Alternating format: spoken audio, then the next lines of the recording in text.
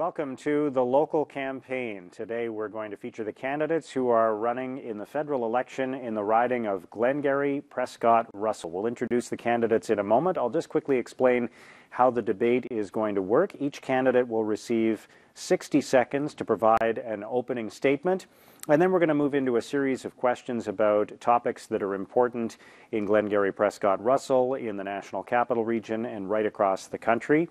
In each case, I'll direct a question to a candidate. That candidate will have 60 seconds on his own to answer that question, and then we'll open it up to a few minutes of debate where the candidates can comment on each other's opinions, challenge each other, and participate in a healthy discussion about that issue. And then at the conclusion of that debate, we'll go back to the candidate to whom the question was originally directed, and that person will have 30 seconds to wrap up on that topic.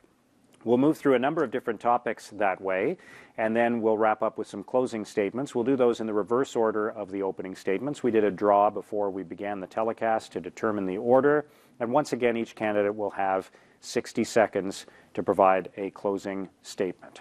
So let's meet the candidates who are here for the debate in Glengarry-Prescott-Russell. First of all, the Liberal candidate, Francis Drouin, and the Conservative candidate, Pierre Lemieux. Good evening. We invited the candidates from the NDP and the Green Party. They are Normand Lorrain, representing the NDP, and Geneviève Malouin-Diradeau, representing the Green Party, and they were not able to participate. So let's begin with the opening statements, and we'll turn things over to Francis Drouin. You have 1 minute. Go ahead. Thank you, Mark.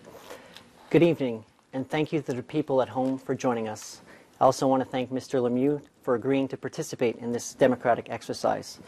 My name is Francis Drouin, and I'm your Liberal candidate for Glengarry-Prescott-Russell. I was born and raised in Hawkesbury, went to school in Vankleek, and now reside in Rockland. I'm 31 years old, and I've got 10 years of political experience. I'm running because I don't agree with Stephen Harper's decisions. We need a new vision for our country, one that focuses on economic growth, creates jobs, cuts taxes for the middle class, and stops sending checks to millionaires. Members of Parliament under Stephen Harper's regime cannot speak up for their community. So this is why I'm committing to you that I will always speak up for my community. I look forward to answering your questions and debating a different vision for Glengarry-Prescott-Russell. Thank you. All right, thank you.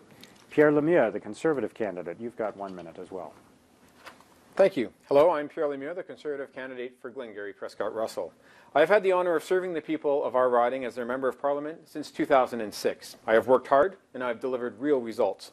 I have attended more than 2,000 events in communities all across the riding because I want to meet the people where they live so that I can better represent them.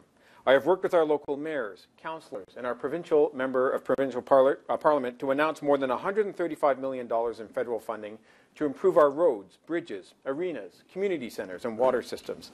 This is a record amount of federal investment in Glengarry-Prescott-Russell. Previous Liberal MPs have never come close to this level of investment. I have focused on creating jobs within our communities. Small and medium businesses in Glengarry-Prescott-Russell have benefited from over $28 million in federal economic funding. And I've worked closely with our cultural communities, especially Francophone and Celtic groups and organizations, to strengthen language and culture. My goal is to strengthen our rural way of life and to improve the lives of those I represent. Okay, I'll have to stop you there. That's 60 seconds, but we've got lots of time to hear what both of you have to say over the course of this debate. So I'll direct the first question to Francis Drouin, and I'll let our viewers know that the candidates have not been told about these questions in advance. So you just alluded to something in your opening statement about being a voice for Glengarry-Prescott-Russell and about how the status and the power of MPs has declined in recent years. What would you do differently as a Member of Parliament, and what would your party do differently with regard to democratic reform to change that? Well, first we have to recognize that when there's issues that matter to Glengarry-Prescott-Russell, you have to stand up for your community, even if it's against your own boss.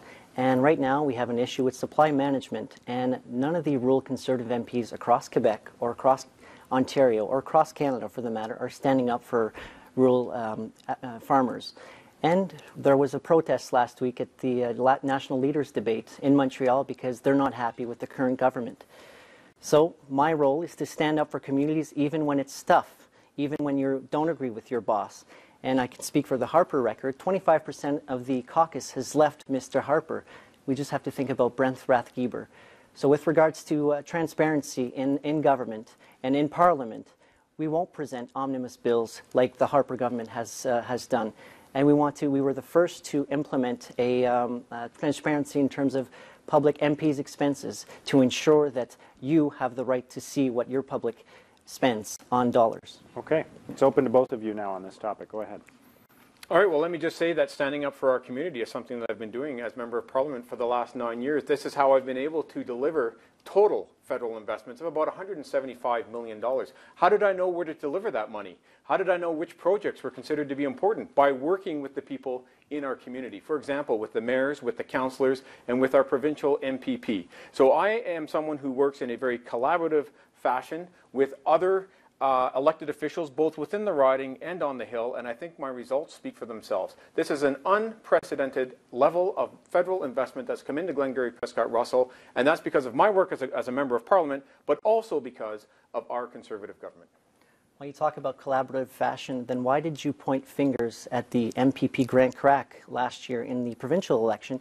You wanted to work with a different MPP. So why are you pointing the finger when you say you're collaborating with local MPPs? And I think collaboration starts with the top, and one only has to look at Stephen Harper. Stephen Harper refuses to sit down with all the premiers in Canada to discuss health care, to sign a new health care accord. He won't sit down with them, and I think, frankly, that's shameful for Canada.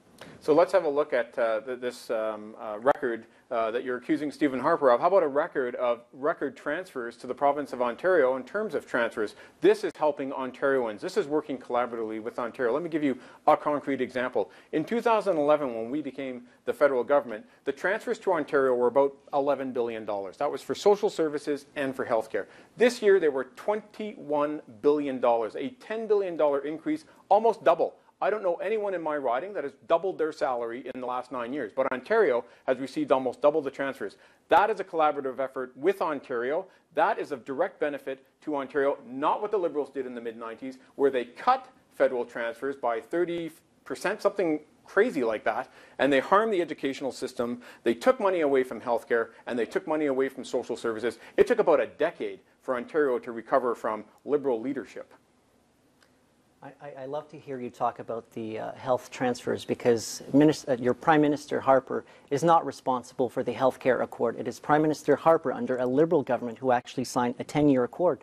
So, I mean, you can talk about collaboration, but he still refuses to this day to sit down with the premiers. And provinces across Canada are making cuts into health care because they no longer can rely on the health transfers that Mr. Harper unilaterally decided to cut.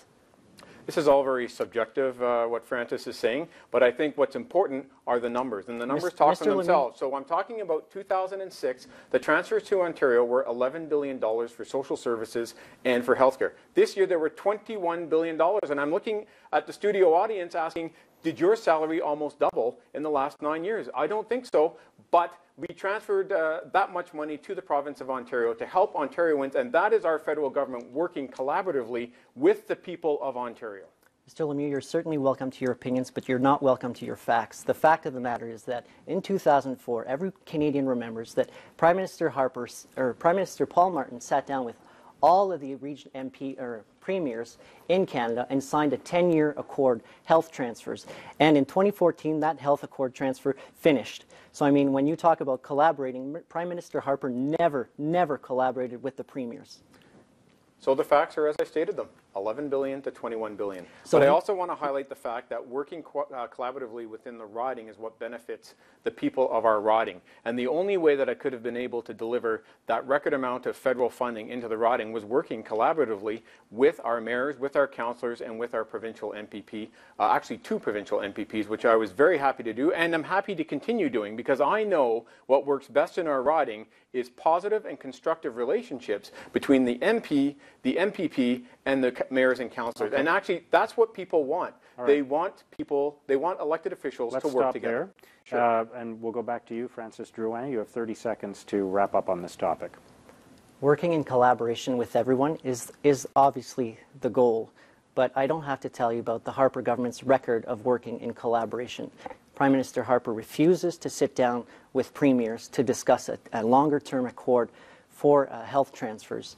He refuses to even, he took 2 weeks or 3 weeks to sit down with Premier Wynne in Ontario when we have important issues to discuss in Ontario. Sorry, it's one at a time here. Sorry. Yeah.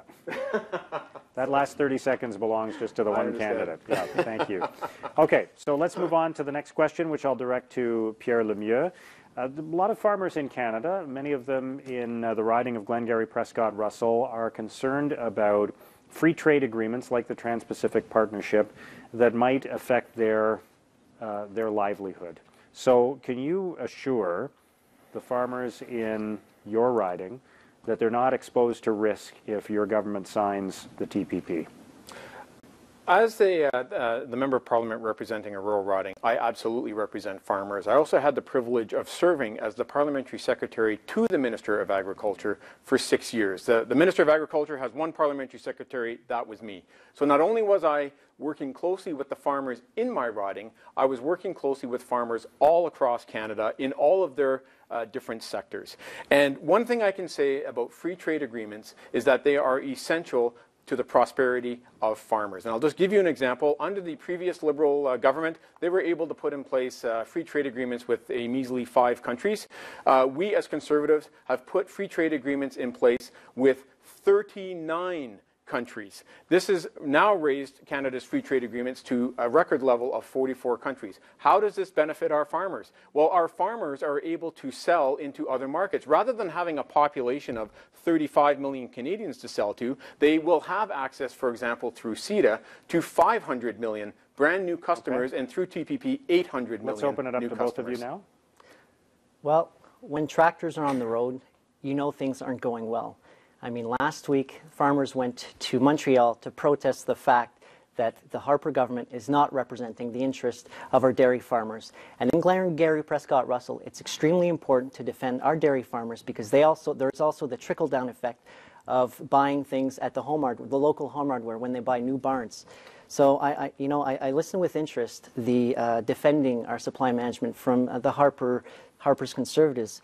But at the end of the day, when CETA went through the European trade negotiations, they doubled the amount of cheese imports into Canada. When we have a cheese factory in Glengarry-Prescott-Russell, is that really defending our local issue and our local economy? So let's talk about defending supply management. Let's talk about the fact that the Liberal government, when they were here before, I always have to reference back to them because people can expect to get this time what they got that time. Supply managed farmers can expect to get almost nothing from a Liberal government. And I say that because we are the ones that have been fixing problems for supply management. When I was first elected, one of the top priorities for supply managed farmers, particularly dairy farmers, was to block or restrict the importation of milk protein concentrates from Europe, which we did. We actually closed that loophole. It is not false. It was done. The second thing, you just have to get current, Francis. The other thing that we did was we implemented compositional cheese standards for farmers and for Canadians. What does that mean? That means that we put in place standards to ensure a high level of fluid milk in cheese products. So that is good for the dairy farmer, that is good for Canadians. The third thing we did is we blocked the importation of what are known as pizza topping kits at the border. This saves Canadian dairy farmers about $40 million a year and was their #1 issue with us as a federal government to take action on over the last little while, and we acted on that. So we have taken concrete action for our dairy farmers. The Liberals, when they were in government before, did not, and I can assure you that it is under a Conservative government that farmers will prosper in the riding and across Canada. Mr. Lemieux loves to talk about the past. I like to talk about the future. And right now, you want to get current on affairs? I met with 120 farmers last week who are worried about milk proteins imports. Last year, Canada imported 21,000 tons of milk proteins into Canada. This year, for the first 6 months, they imported 19,000 tons. Is that really defending our farmers and our dairy sector here in Canada and in Glengarry-Prescott-Russell? I don't think so. So at the end, let's talk about a free trade agreement, like a real one. The Canada-European Trade Agreement. How will that benefit the agricultural sector in Canada? Farmers across Canada will gain $1.5 billion a year in new sales to Europe. That's not including TPP. So that will be of great benefit to our Canadian agricultural sector. And while we were implementing that, we also protected the three pillars of supply management. If there's one government that has assured the prosperity of farmers in Canada, it is this Conservative government, by driving their taxes lower and by opening opportunities for our farmers to sell their products to more customers, both in Canada but around the world. Mr. Lemieux loves to defend farmers in Canada. I'm defending farmers in Glengarry-Prescott-Russell, and the CETA agreement was not good for our dairy farmers in Glengarry-Prescott-Russell. Doubling the amount of cheese, as one producer told me, if you increase the imports of cheese, I have to reduce my production. It's as simple as that. And farmers walked and got on a tractor and went to Montreal last week, and they're going to do it again tomorrow because they're not happy with the current Conservative government. As I said, free trade agreements are extremely important to the Canadian agricultural sector, including farmers in our riding of Glengarry-Prescott-Russell. And farmers, ask yourselves, are you doing better today than you were back in 2006 when we had just pulled out of a Liberal government? And the answer is absolutely yes. You have more money on your farms, your crop prices are an order of magnitude higher than they were, and you've got new customers to which you sell your products. Like Francis should know from around the riding, for example, soy is grown on so many farms in our riding, and they sell that overseas, Francis. They're not just selling it in Canada, but especially if it's for human consumption. consumption. Controls crop prices? I'm saying that we've put in place the right economic conditions, and we've funded research and development for our farmers, and that has helped bring about record prices for our farmers. Well, I think your hand is extending a little further than you think. I don't think the government... Opening foreign markets. If you can open foreign markets, it's supply and demand, Francis. When you increase the demand by opening foreign markets, then the supply, the cost of the supply goes up. Don't be so condescending. I'm not. I'm just explaining it. No, but I understand very well the issue. What I'm trying to do, Francis, is link free trade to the prosperity of farmers, and there's a direct. And what I'm telling you is that you're not linking it because the dairy farmers in Canada and in Glengarry-Prescott-Russell are not happy. Okay, we're going to go back to Pierre Lemieux. I asked you the question, so you get the final 30 seconds on this. Right. Well, thank you very much, Mark. So let me conclude by saying that free trade agreements are important, not just to Canada and to the Canadian economy, but to agriculture. We have managed as a Conservative government to put in place free trade agreements with 39 countries, all the while protecting the three pillars of supply management. The TPP negotiations are underway, and the mandate is clear. We would only ever sign that agreement if it was in the best interest of Canada and the best interest of Canadians. We will protect the three pillars of supply management at the TPP. Thank you. The next question is for Francis Drouin, and I want to talk about jobs. The Liberal Party is promising to create lots of jobs and saying that the current government has not done a good job of doing that in the past few years. So what specifically would be done to create jobs in Glengarry-Prescott-Russell and throughout the National Capital Region, but particularly in your riding and in the east end of the National Capital Region, where I think there's been a sense that there hasn't been enough job creation, and where in some parts of the east end of the city there's a lower jobs to residents ratio than there is in other parts of the capital. Yeah, and you're talking about the community in Hawkesbury. They're very hurting over there. And the best way to kickstart our economy right now is to invest in infrastructure to create good quality jobs. That's why we're doubling our investment to $125 billion as opposed to $60 billion. What's the impact? Well, think about the 17174, which is a burning issue in Rockland, Wendover, and Plantagenet, people who are trying to get to Ottawa in a timely fashion. It's been a long issue, and unfortunately the Conservative government has not played a collaborative role into the building or expansion of the 17174. Just ask yourself, who do you think's got the best chance to fund this road? A Harper government who invests $60 billion, or a Trudeau government who invests $125 billion over 10 years? Okay, I'll open it up to both of you now on this topic. Let's talk about how a Liberal government will kill jobs in Glengarry-Prescott-Russell and across the country. Let me just start with the Canada Pension Plan. Justin has said he's in favor of raising the Canada Pension Plan. What does that mean practically for a worker? If you're an employee watching this show and you earn $30,000 a year, you will lose an extra $500 under this scheme by the Liberals. Do you have an extra $500 to lose? I don't think so. And if you earn $60,000, you will lose $1,000 out of your pocket. This is take-home pay, gone into the expanded CPP plan of the Liberal Party. If you are a dual-income family, just imagine, that could be $2,000. Do you have that to give up? And not only will the employee lose, the employer must pay that share as well. So the employer is out $1,000 for every employee who earns $60,000. What have most employers said in Ontario when Kathleen Wynne proposed the plan and Justin Trudeau applauded it? I mean, Kathleen Wynne and Justin Trudeau are like this. They're going to move ahead with this plan. What will the employers do? They will lose money. If you take an employer that has 60 employees, earning $60,000, he will lay one of them off. That's what the employers have said. Why do they have to lay someone off? To use their salary to pay for these hiked up CPP rates. This will kill jobs in the riding. This will kill jobs across Canada. The Liberals have a high tax, high deficit plan that will not create jobs, either in the riding or in the country. I'll just take the high deficit. What we're proposing is to balance the budget in 2019 with a modest deficit of $10 billion so we can create jobs right now. I mean, Mr. Lemieux loves to talk about high deficits. I agree. He had a high deficit in 2010. It was $60 billion. In 2011, it was over $30 billion. And in 2012, it was over $20 billion. I know what he's talking about, high deficits, but we're not proposing high deficits. And when he talks about the CPP, Mr. Lemieux is living in the Conservative government is governing the country with their head stuck in the sand. You're not going to raise CPP then? A 35-year-old Are you going to raise today, it? A 35-year-old today. He's going to raise it. I didn't interrupt you, please. Don't interrupt me. A 35-year-old Canadian is saving less than half of what their parents used to save. So what are you proposing to increase savings? Do you hear the attitude in that question? It's really like the Liberal government knows best. You don't know how to save as an employee, as a Canadian. They know how to save for you. They will tell you how to save, and they will force you to save their way. Does that sound free and democratic to you? It doesn't to me. As a Conservative government, we think you should keep more of your hard-earned money in your pocket. And you know best how to spend it, and you know best how to save it. If you choose to invest it in an RESP for your kids' education, great. An RRSP, good. A tax-free savings account, excellent. Just a savings account, your choice.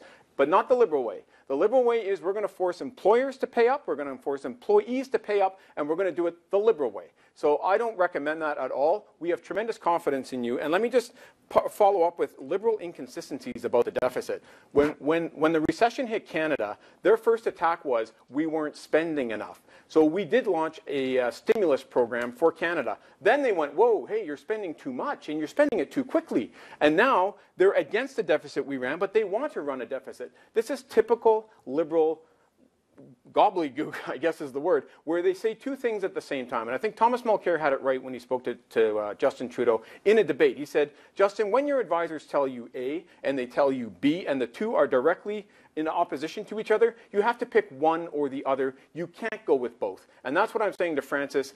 Your deficits are a bad idea. We have a balanced budget. Yes, we were in deficit, and we said we would get out of deficit. We have held that promise. We are out of deficit. I have not met Canadians at the doors in our riding that say, you know what, go back into deficit. How are the I'm going to jump in because we're going to talk more about deficits later. Sure. I want to talk about job creation. You're both promising to create lots of jobs. So let's get the discussion back to the issue of job creation and how you're actually going to do it and how it's going to work in your riding.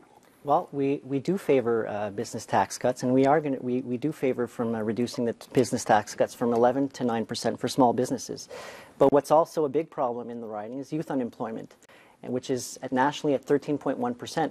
So what we're proposing is to create 40,000 jobs over the next 3 years. That's going to have a direct impact in our riding. And if you're a small business and you want to hire somebody permanently from 18 to 24, we're going to waiver the EI premium that you're paying right now in order to create jobs.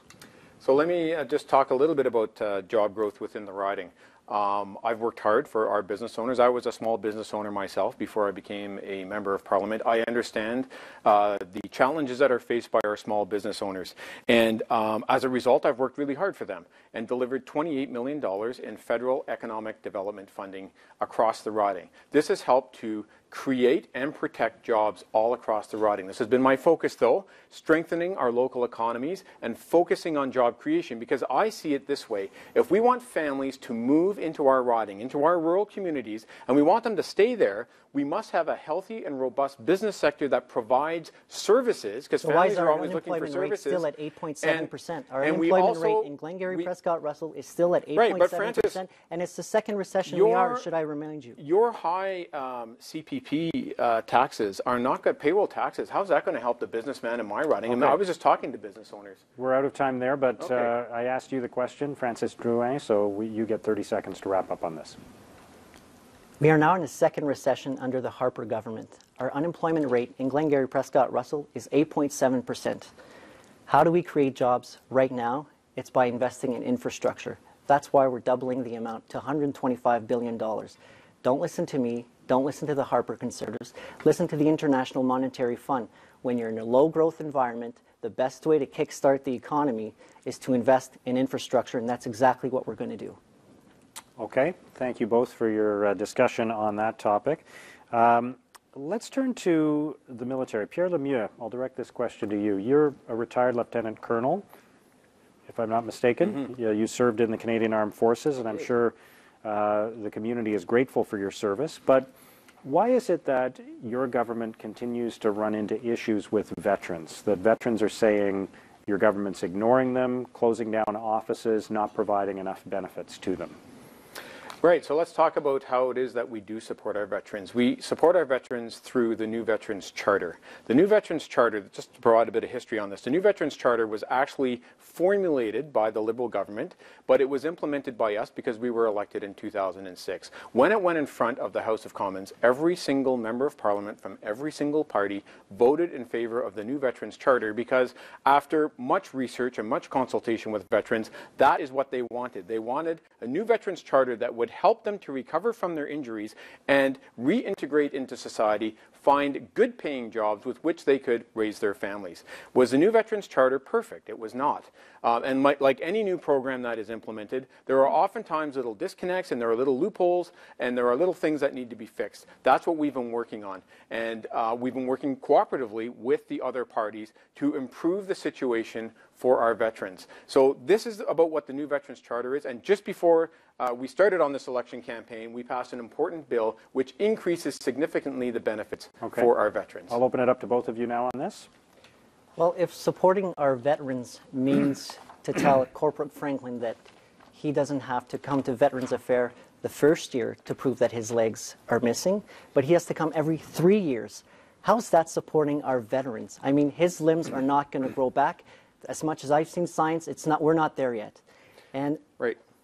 So let's answer that. And hold on a second. Oh. I just in 2009, the Veterans Affairs, the managers said that if we continue the cuts into the ministry, we will no longer be able to serve our population. Well, what happened in 2013 and 2014? We had angry veterans, with rightly so, that were not getting the services that they needed. They closed down 9 veterans offices across Canada. And how do you tell a veteran who is 85 years old that, you know what, you can get your services online?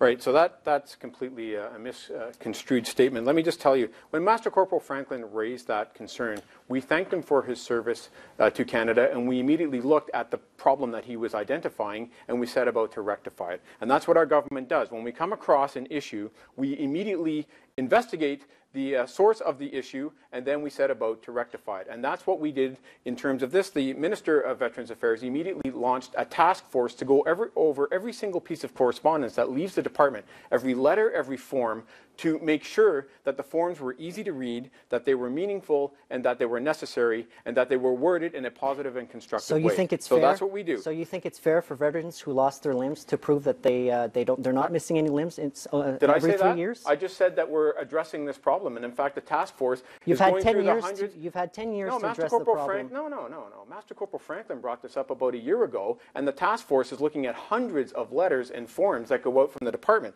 The other thing I'll point out too with Veterans Affairs is that government spending on its veterans is up about 30%. Did the Liberals vote in favor of that? They did not. When the That's Liberals, right. We didn't vote for that because we don't increased agree funding with for their plan. veterans.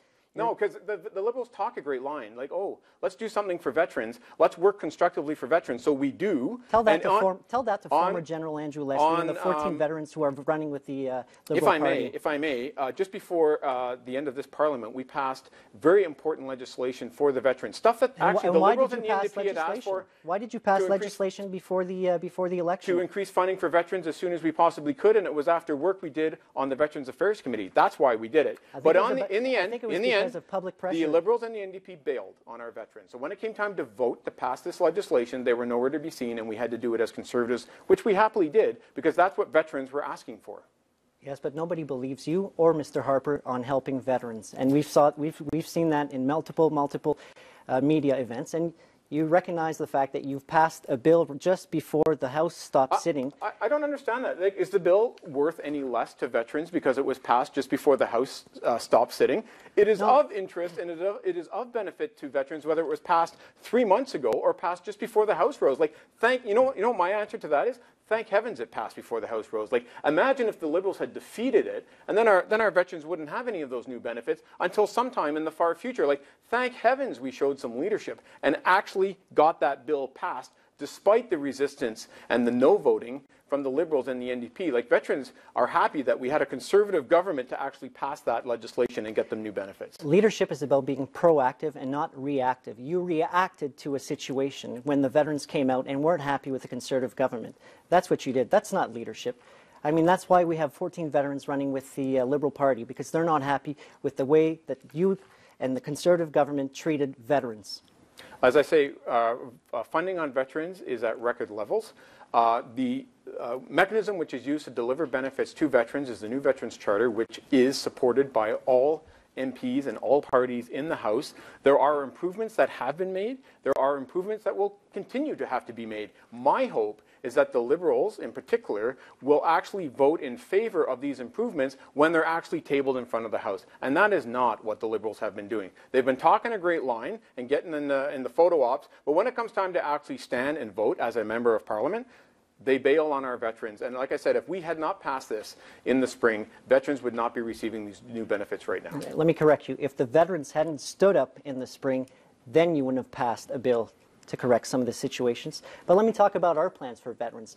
We want to reestablish lifelong pensions for injured veterans and increase the value for disability awards. $25 million to expand the permanent impairment allowance. And we understand that PTSD is a real issue, and that's why we want to invest $20 million to create 2 centers of excellence in Canada.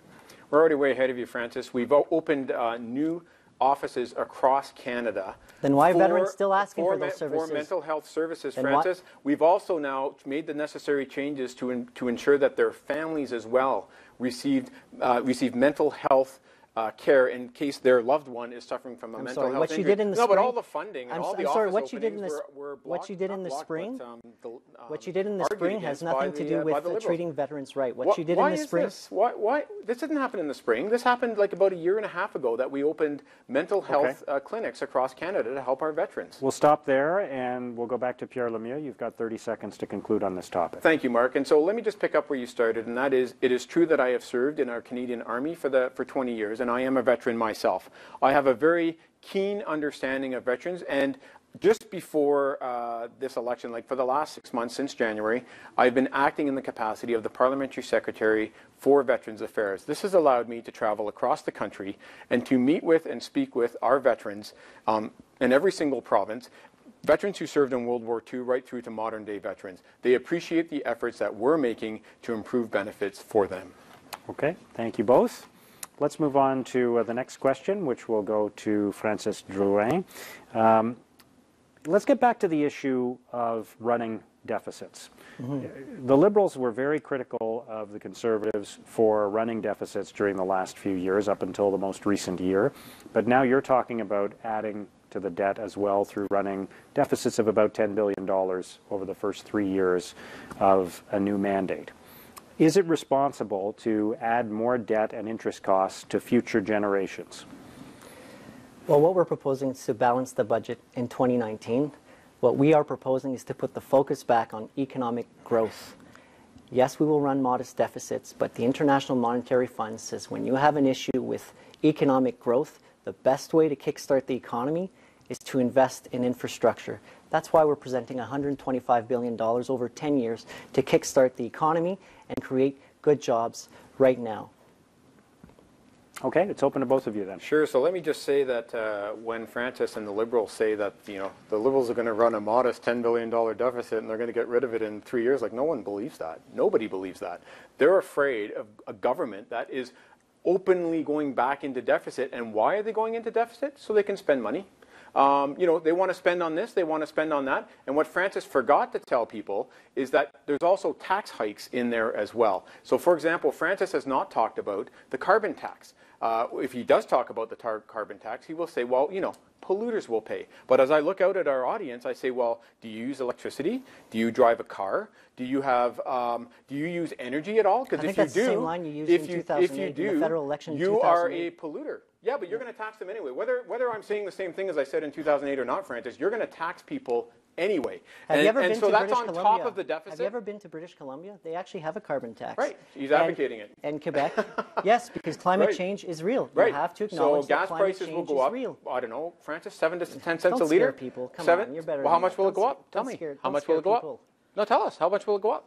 Well, 86% of the economy is regulated 7 to 10 cents a liter. Carbon and price. That's going to affect everybody. You drive your kids to an arena, you'll be paying more for gas. You're a farmer and you put diesel in your tractor, you'll be paying more for gas. You use electricity in your house, you'll pay more for energy. It continues scaring people. That's the fear-mongering of the Harper government. When Stephen Harper fear-mongers, it trickles down to the local MPs. No need to be afraid. Just know you're going to pay more in tax. You don't need to be afraid. Just true. know that that's what a Liberal government is offering you on top of the deficit. British Columbia has a carbon tax and their economy is doing just fine. At least Francis is talking about it. I got to hand it to him for that. No, because you know what? As voters, you need to know this. And it's not being discussed by Justin. Justin's kind of got it on the QT. No, I'm talking about the environment. And climate change is real. And it's something, Mr. Harper. Deficits. Well, that's how you regulate and you bring down carbon emissions, Mr. Lemieux. Like even people who take public... Your government doesn't recognize Francis? that. But you have no credibility in the environmental file. You have no credibility in the environmental file.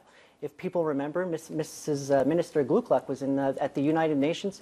Nobody was in that room because Canada has lost the credibility on the environmental file over the past 10 years. If I may. In fact, in the Copenhagen Accord, we're not even going to meet our objectives in 2020. We're going to miss them by 20%. So, I mean, you may not want to recognize that climate change is real, but we do because it is going to impact our future generations. Let me make a comment. First of all, we're the only government that has actually seen a reduction in greenhouse gases. Don't take the credit for Ontario. It went down by 5%. Don't take the credit for Ontario. The federal government, we're the only federal government that has seen greenhouse gases go down by a real concrete number, 5%, while the economy grew by 10%. But we're off the real subject, which is the deficit. And the question to ask the Liberals is, why, oh why, do they want to go back into deficit? Basically, go into debt with your money, and who believes that they're going to be out of deficit in 3 years? Just look at the Ontario government, and you will see what a Liberal government does with spending, with high taxes, and with deficits, and with carbon taxes, and it's a pretty dismal picture. And if you talk to Ontarians, they're not very happy. So our plan as a Conservative government is balanced budget. Every single tax cut, all 180 of them or so that we've delivered for Canadians, will stay in place, intact. It's all been done with a balanced budget. $8.5 billion lapse this year. $8.5 billion lapse this year to say that you presented a surplus. He's blaming us for being good stewards of the economy. It's kind of like saying in your household you saved money. Shame on you. You shouldn't have done that. No, of course. When your we have a household, balanced budget. when the roof on your household and your pipes are crumbling, then it's not really balancing the budget. And how are the GM shares doing? You sold them at a loss. How is that being a good steward of the economy? Let's talk about that. Francis mentioned infrastructure. He seems to think that we're trading off infrastructure for the balanced budget. But I will tell you that we are right now running the largest, most highest funded infrastructure program in the history of Canada with a balanced budget. So why is the 17,174 still not funded Francis and the Liberals want to spend more. They don't say really why. They have some nebulous, well, we want to strengthen the economy, I suppose. But you're not going to strengthen the economy. I'll remind you, second recession. That's why. Okay, so Francis thinks going into deficit will get us out, and higher taxes will get us out of a recession. Lower taxes for the middle class, higher taxes for the 1%. I would be afraid now. Now that Francis thinks that a deficit and higher taxes are going to help get us out of recession, and now that we all know that Justin thinks the budget will balance itself, I mean, does that give any confidence to anyone watching this show that in 3 years the Liberals will be out of deficit when the budget balances itself?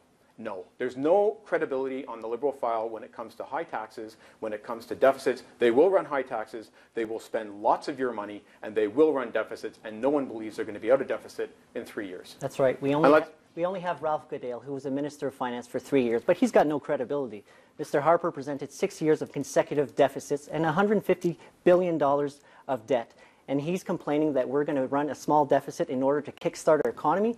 Who's got the credibility here? Why does Francis hate a balanced budget? We should be rejoicing at a balanced budget. It's a remarkable achievement, and it gives stability to our economy. And we've brought it about while lowering taxes at the same time. And so every single election promise that we've made, if you've noticed, is all within that balanced budget framework.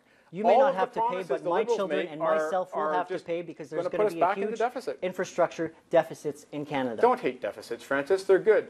Right? That's what you're saying? Go with the balanced budget. We'll stop there, and I asked you the question, Francis Drouin, so you get the last 30 seconds on this. What we didn't know in May is that Canada was in a second recession, and that's unfortunately because of Stephen Harper's mismanagement of the economy. Now, the best way to kickstart our economy as the International Monetary Fund, when you have a low-growth environment and you have a low growth with interest rates, the best way to do that is to invest in infrastructure. I know Mr. Lemieux and the Harper Conservatives hate balanced budgets and hate deficits, but the best way to bring people back to work is to create jobs through infrastructure. Okay. Thank you both. Let's move on to the next question. There are federal government employees in your riding. This is an issue that affects the entire national capital region. In the past few years, there have been job cuts to the federal public service. You're planning to change the sick leave benefits that public servants receive. There are critics who are saying you're muzzling scientists and restricting other federal public employees. Has this government been bad for the federal public service in the national capital region?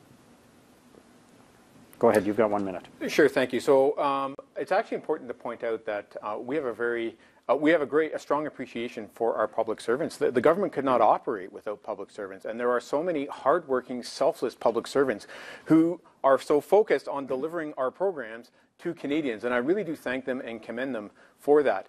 The government as well is trying to, while we're trying to restrain restrain government spending, I must point out too that the number of public servants employed by the federal government is higher today than it was in 2006. And so the question is, it's always traumatic when someone loses their job or has to move on to something else. So what have we done? Well, we have tried to focus people that are close to their retirement, so they might retire a little bit early. But for others who might have to find a new job, our focus has been on creating jobs in the Canadian economy. We've had tremendous success. Canada has the highest job growth numbers in the G7 countries. That's quite a record. It's important to give people jobs to go to. It's open to both of you now. So let me just finish that thought. We've been focused on creating jobs in the Canadian economy. Under a Conservative government and our economic policies, the economy has created 1.3 million net new jobs. Net means after the job losses, there are 1.3 million new jobs there prior to in the economy. Or after 2013? That's since the recession, be 2009. Until when? Till now. This would be one of the highest growth. It is. This would be one of the highest growth records, job creation records in the Western world. And why is that? Well, it's because we've lowered taxes. But the nice thing is, 80% of those jobs are full-time jobs. 80% of those jobs are in the private sector. Talk about the public service. I know, because when someone leaves the public service, you want them to find a job, and if they can find a job in the private sector, that you made cuts and you have impacted families in Glengarry-Prescott-Russell in public service. Because let me tell you what Statistics Canada says about the public service. 8%, that's the number. That's the number that public servants reduced in the public service of Canada. So what are we going to do? You have situations like Veterans Affairs when managers say, hey, if you continue the cuts, we'll no longer be able to serve our population. Well, we think that's wrong. That's why we're going to rehire 400 people so they can work back in Veterans Affairs so we can start servicing the Canadian population and the veterans. Story. Right, we're hiring 300, at least 300 new public servants to work in Veteran Affairs. That's a good news story. And I praise Mr. Lemieux because he said that he praised the public servants. Well, let me tell you, and I don't have to, because Mr. Harper has been bashing the public servants in the House of Commons, and I have never seen a CEO of a company do that over and over and over again on its employees. So what's our plan for public servants? Well, we want to bring respect back. And you talk about sick leave, we're going to give a new mandate to negotiators so we can have a responsible way to bring this issue back to the table. I must tell you, like I was in the Canadian military for 20 years. I have a great respect, and I worked shoulder to shoulder with public servants. And as I mentioned, as a member of Parliament and in my roles as parliamentary secretary, I work with public servants. I have tremendous respect, and my colleagues have tremendous respect for the public servants who work so hard in the service of Canadians. But the best thing, run by bureaucrats. If I'm quoting correctly, a program runs by bureaucrats. Not a bureaucrat. If a public servant moves on from their job, it would be sure nice to give them opportunities in the private sector, and that's where job creation is so important. And the Liberals are going to kill jobs. I went over that a bit earlier in the debate, but that's what they're going to do. Our record is 1.3 million net new jobs created. Second recession, that's your record, the second recession. Well, Francis, look around the world and tell me that, look at Greece, look at France, look at Italy, look at Spain. You guys blame everybody except for Canada. Francis, what I'm saying is, in amongst all that, 75% of our exports are in the U.S., and still the U.S. is not in a recession, and yet we are. Why is that? Because Mr. Harper... In amongst the world recession right now, we have created 1.3 million net new jobs, and we have committed to the economy creating another 1.3 million Your government has the worst growth record since the Great Depression. So this is what we're offering Canadians. Our economy is one of the best in the world. It is one of the best in the world. Our job creation rate is one of the best in the world. And Canada is the best country in the world with which to do business and in which to invest for business. These are all signs of a stable economy. Are things perfect? They are not. Do we need prudent management for the future? We do. Do we need reckless deficits and tax hikes? We do not. They will kill jobs. They will harm our economy. They will drive business out along with the jobs that businesses create. That's right. We do not need $150 billion of debt like Mr. Lemieux and Harper's Conservatives have presented to Canadians. The budget is balanced. Like, Francis, I don't understand. The budget is balanced. But you let $8.5 billion lapse. So, Francis, so let me tell you what that does. During the budget season in April, you make all these kinds of announcements to veterans, and you don't actually follow up with your promises, and you let $8.5 billion lapse. That's not exactly balancing the budget, because you've made promises and you're not keeping them. So I just have to explain this for a moment. When it comes to things like Veterans Affairs and those types of programs, EI and CPP, those types of programs, there are statutory regulations in place that if someone is eligible to receive a benefit from the government must pay. So this is false to somehow suggest that if the government spent $8.5 billion less last year, there were veterans that didn't receive their benefits even though they were qualified for them. That is just patently false. That's not the way it works. The way it works is if a Canadian is eligible for a program, they have a statutory obligation to receive that benefit. Francis is really criticizing us for having balanced the budget. And I'm saying, yes, look at the difference between us as a Conservative government and what the Liberals are proposing. We're promising low tax, job growth, balanced budget. They're promising high taxes, high deficit, no end in sight really, given their track record, and this is going to kill jobs and hurt our economy. The track record, the Liberal track record at the federal government level has balanced more budgets than you have. Yeah, they balanced the last big budget. Let me tell you what we're going to do. The last big budget was balanced by cutting healthcare. 8.7% of unemployment rate in Glengarry-Prescott-Russell, and Mr. Lemieux wants to tell us that everything is fine. No, I didn't say that. We need to make investments in infrastructure now to put people back to work. So I've delivered $28 million into the riding. 30 seconds to wrap up on this topic. Sure, thank you, Mark. So let me just say that what I'm saying, particularly with respect to the riding, is I've been very focused on job growth within our riding and with strengthening our local economies. And I've been doing that by delivering federal funding, economic development funding, to the businesses throughout our riding, like to the tune of $28 million in federal funding. This is a record amount. And this is what has helped us to be stronger as a rural economy just beside Ottawa.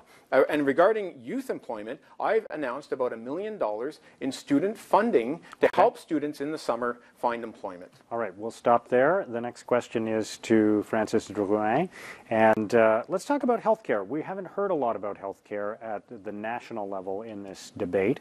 What do you have to say to seniors in your riding, to the people who are suffering from chronic illnesses, people who feel that waiting lists are too long and that the service that they're getting is not as good as Canada's reputation in this area? What can we do to change healthcare? What can we do to change the cost of healthcare, things like prescription drugs for people in your community? Well, one of the first things that we need to do is actually sit down with the premiers, and that's why Mr. Trudeau committed to sitting down with all the Canadian premiers to re-sign a long-term accord so provinces actually have stable funding and know what's coming in the next year and the following year. Because right now what's happening is since the 2004 Health Accord, Mr. Harper has decided unilaterally to implement a 3% hike for 2 years and then a hike at the rate of inflation for future years. Well, provinces across Canada are now cutting into their healthcare budgets, and that's going to have an impact directly on healthcare services. So what we plan on doing is actually sitting down with premiers and discussing what we need to do for healthcare. And Mark, I know the election has been there for a long time, but we will have something more to say on healthcare. Okay, it's open to both of you now on this topic. Right, so let's just talk about the federal responsibility for healthcare. I think, Mark, you sort of preferenced the delivery of services. So I think it's really important that Canadians understand that the federal government is not involved in the delivery of healthcare services to Canadians. The provincial government is. So the province of Ontario, the Liberal government of the province of Ontario, is responsible for the day-to-day operation of the Ontario healthcare system. But we as the federal government transfer money to the province to help them with their responsibility and with their responsibilities and with their costs. What have we done in the last 9 years? Well, I think I mentioned a little bit earlier that in 2006 we transferred about $11 billion to Ontario. In 2015, we transferred $21 billion. This is a $10 billion increase, almost twofold what they received in 2006. This is money that they can allocate to healthcare and healthcare services to improve the services for Ontarians.